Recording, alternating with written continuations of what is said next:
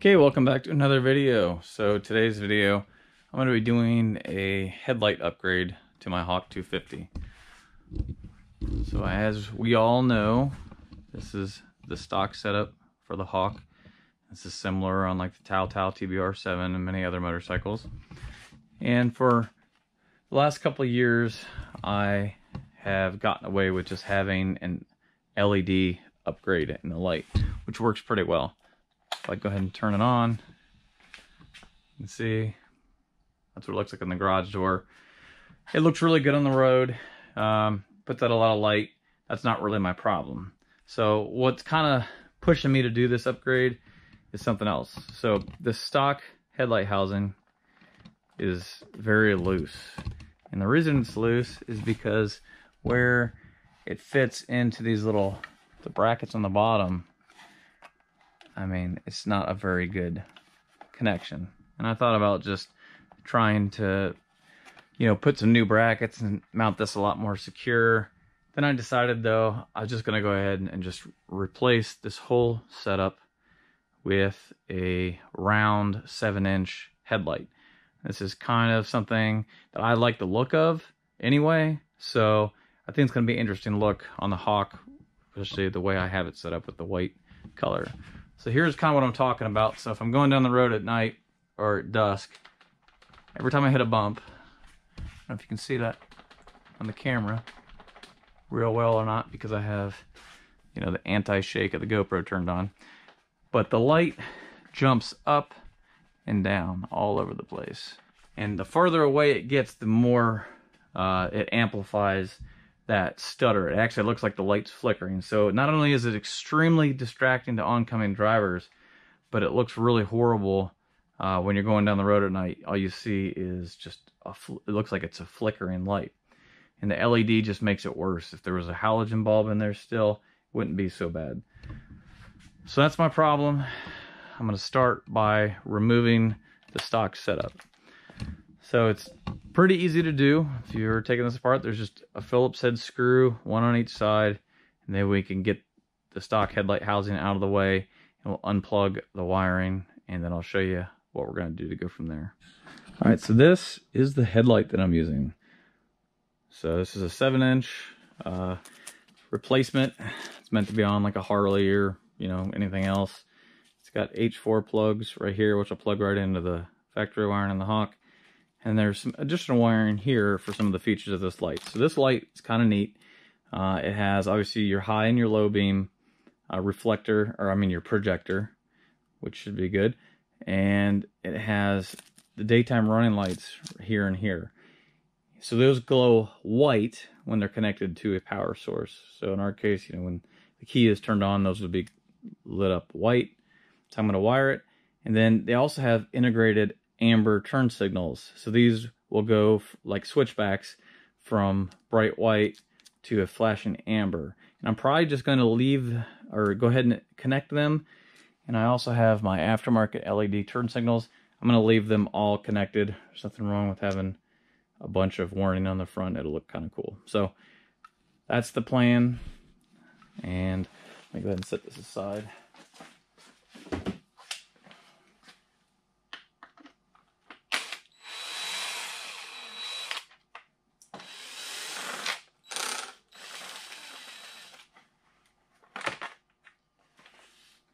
Okay, so you pull that out, you can see here's our factory headlights. That's what we have going on behind here. I've already made some modifications in the past to fit with the LED, so I'll go ahead and pull this off. If you have just a stock Hawk, you might have this little light that glows right in here. I deleted that a long time ago. So we'll go ahead and set this aside for now. All right, so I've got these two wires here, which were the ones that were running to that little, like what you call a daytime running light, just a little bulb that was in the stock Hawk housing. So this is the harness that runs up to, my multifunction switch with our horn and all that stuff. So I'm gonna go ahead and disconnect it. So this is other wire connected here.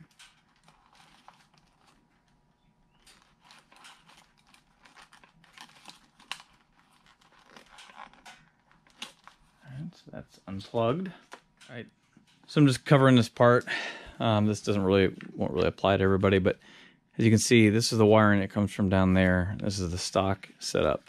I'm replacing it with this one. You can just buy the correct replacement one, but I was able to find this one on Amazon for cheaper, much cheaper. And I like the way it looks a little bit. So it's got this flash to pass button on it, which is kind of neat. But the factory one, as you can see, has the wires that come out of here for your neutral safety switch. So, and this one does not have that. So if you did want to use a different one, you have to keep that in mind, that it would take some custom wiring. Now, my neutral safety switch doesn't work anyway, because when I install these aftermarket levers, they don't hit it. So I'm used to riding without it. It's not a big deal for me, but you have to understand that it will start in gear. So keep that in mind if you're planning on doing this. Okay, so I've got my custom, or not custom, but I fitted, cut and spliced this new harness on here, which again, you won't have to do if you're not replacing the switch. And I'm gonna get this plugged in. And then what I did is, there's a couple inputs that we need. Like I said, it plugs into your H4 plug on the Hawk, and then there's these 3 extra plugs here. So one is for the left turn signal, one is for the right turn signal, and one is for the daytime running lights.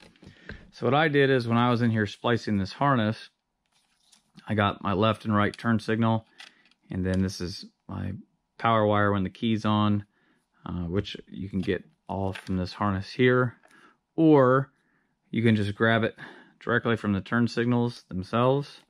Especially if you're going to be removing the turn signals, you would just use that and then grab your ignition wire. The ignition wire on the Hawk is black, so when the key is turned on, the black wire becomes energized. So you just want to splice into that, and in this, harness here that runs up to your switches, you can do that. Or you can use, like I did, we've got this negative, which will cap off, and then this brown with a white stripe wire, which went to the daytime running lamp. On the Hawk, you can just use that one. Would actually be even easier than splicing into the black wire. So kind of already there for you. I just left myself a couple of options.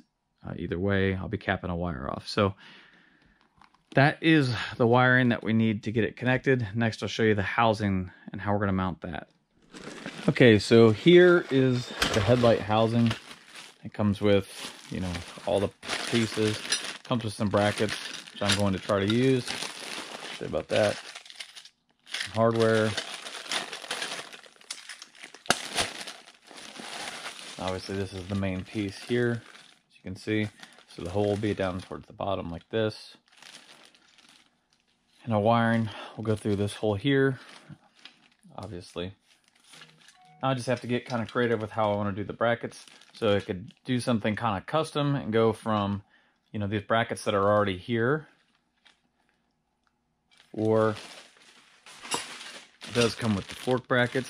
Those mount to your forks and then come up there. So I'm going to play around with it, try to find a good way to mount this, and I'll be right back. All right, so get all your wiring. I'll bundle it up kind of here. Like I said, this is going to go in here. So, we'll feed that in there. These 3 wires that I connected, and you need to connect to your turn signals. They give you 3 wires right here. They're all yellow, so we'll just have to remember which one's which. And that's what plugs into that spot on the headlight for the daytime running lights, and then your 2 turn signal lights. So kind of what I've come up with here is, I can't really mount these to the forks because the spacing's all wrong. The forks aren't wide enough apart. But the brackets that were already there, kind of like the perfect width. So if I can kind of find some way to adapt the brackets to that, and what I do is obviously just cut these ones off here, probably bolt them in place.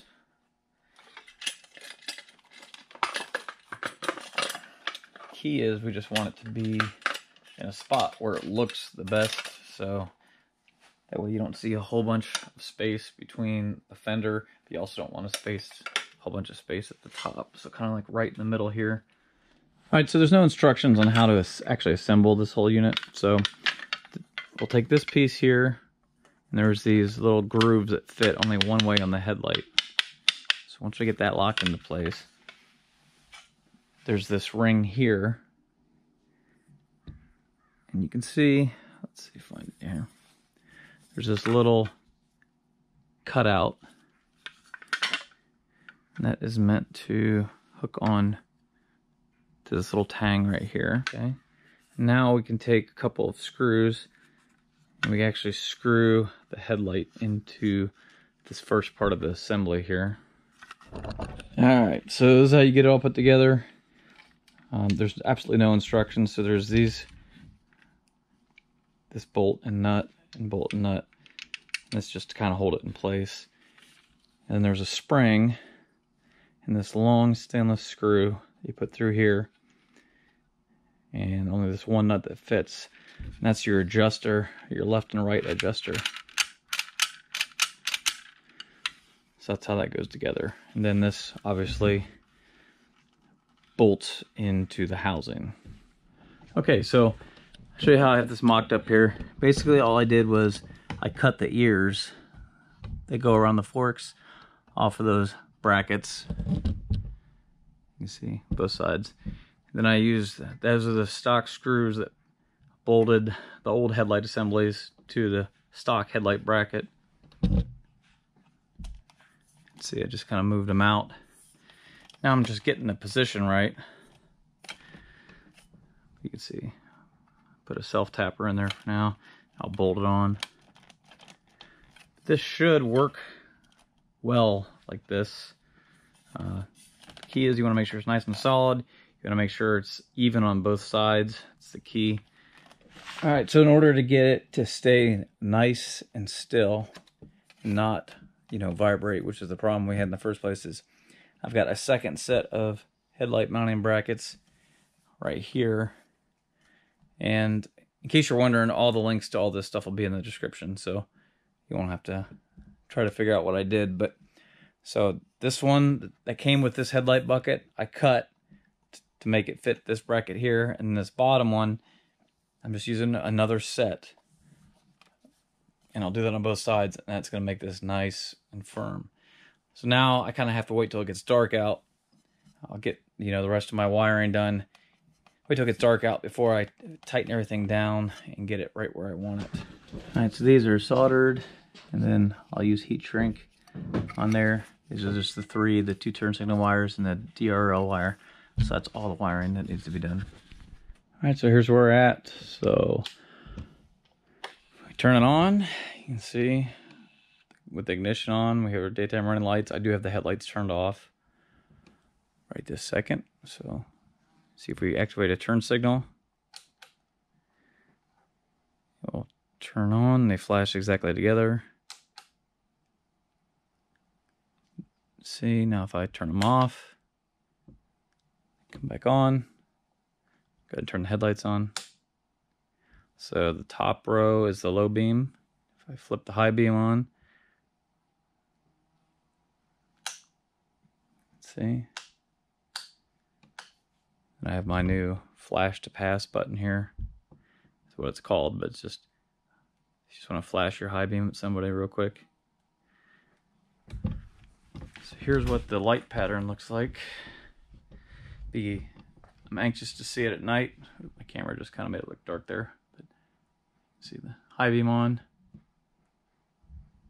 You can see, just take a little touch-up paint. I put some black touch-up paint on anything that might rust. Alright, so here's the finished product. I will say it's important to adjust the light when you're sitting on the bike and you have it upright, obviously, with the suspension compressed. That way you can obviously tell the proper ride height. So here's the low beams. Here's the high beams. It works pretty good. It's not the absolutely brightest light I've ever seen, but you know, for motorcycle, as you can see, it puts a lot of light out down the road. Definitely better than the stock headlight for sure. So there's our high beams. the low beams. Obviously, if we turn the headlights off, we just have the DRLs here, as you can see. All right, so that wraps it up. If you have any questions or comments, leave them below in the comments section. Be sure to like the video, subscribe for more Hawk videos. As always, there'll be links in the description to all the products that I used for this build. On a scale of 1 to 10, 1 being easy, 10 being hard, this is about a 3 or a 4. It's pretty easy, especially, you know, it made it a little harder for me since I had to put a new, you know, turn signal headlight switch in. But if you're just putting this on a stock Hawk 250, it's relatively straightforward and easy. So you're just picking up a few wiring connections. Honestly, the hardest part was just taking a grinder and cutting that bracket to fit. See, I've got everything finished up. It looks real good. Very tight. Works nice. So until next time, we will see you later.